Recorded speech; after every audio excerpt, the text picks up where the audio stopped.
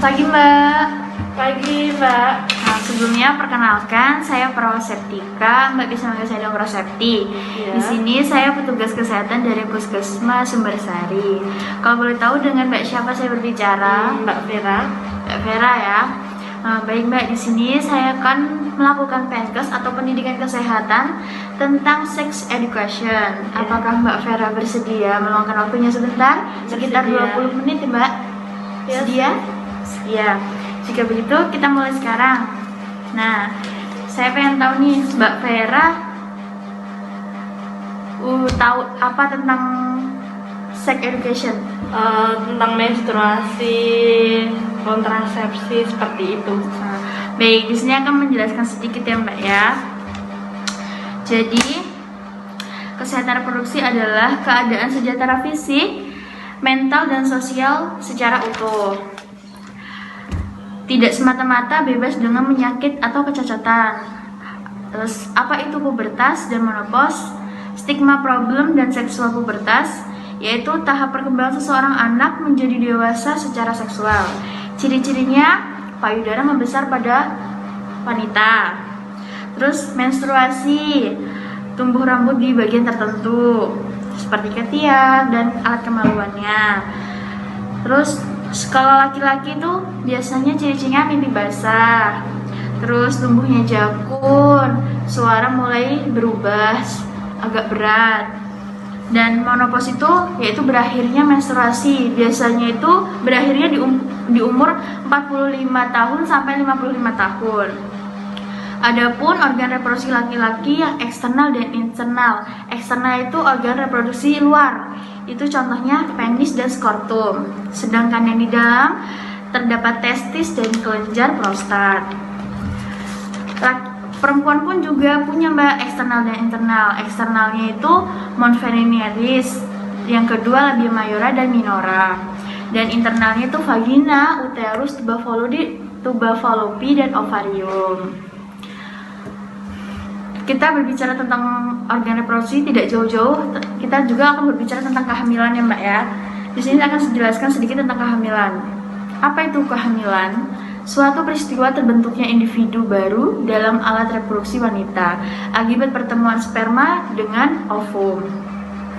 Perhitungan tanggal kehamilan biasanya dimulai dari hari pertama siklus menstruasi, normal terakhir ibu, dan pembuahan biasanya terjadi minggu kedua. Adapun trimesternya, yaitu ada 3 trimester. Yang pertama trimester pertama pada 1 sampai 13 minggu kehamilan. Trimester kedua pada 14 sampai 27 minggu kehamilan. Trimester ketiga pada 28 sampai 4 minggu kehamilan.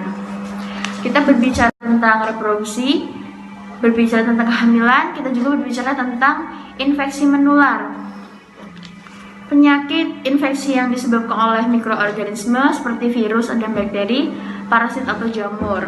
Penyakit menular seksual adalah infeksi yang menular melalui hubungan intim. Di sini tadi saya jelaskan tentang virus, bakteri, dan jamur. Adapun penyakit-penyakitnya, contohnya penyakit gonore, sifilis, HIV, ya Mbak ya, HIV. Gejala yang timbul jika kita ikut terkena infeksi kelamin menular seksual itu ya Mbak ya. Gejalanya itu muncul benjolan atau luka di area tertentu, vagina atau penis gatal dan terasa terbakar, terus nyeri ketika berhubungan intim atau nyeri saat buang air kecil, keluarnya cairan pada alat kelamin, dan demam sampai mengakibatkan menggigil.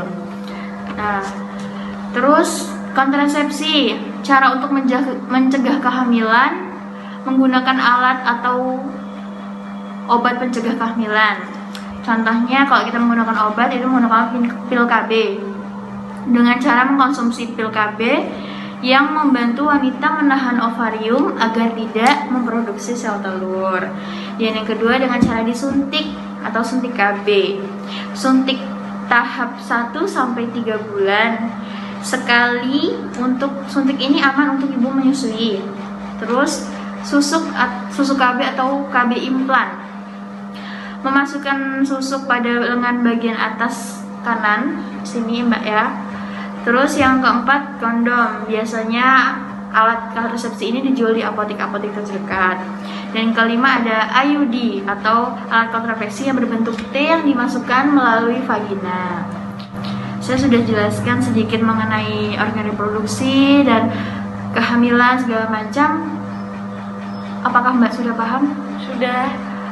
Kalau jika sudah paham, saya boleh Mbak mengulangi penjelasan saya tadi? Tentang kontrasepsi seperti alat untuk mencegah kehamilan. Nah, kontrasepsi itu ada pil KB, IUD, suntik, terus kondom seperti itu. Paham ya Mbak ya? Paham, Sus. Jika sudah paham, terima kasih. Maaf mengganggu waktunya. Kalau begitu, saya melakukan penkes dengan remaja-remaja yang lain ya Mbak ya. Iya. Ada yang ditanyakan Mbak? Tidak. Jika tidak ada, saya permisi kembali ya Mbak ya.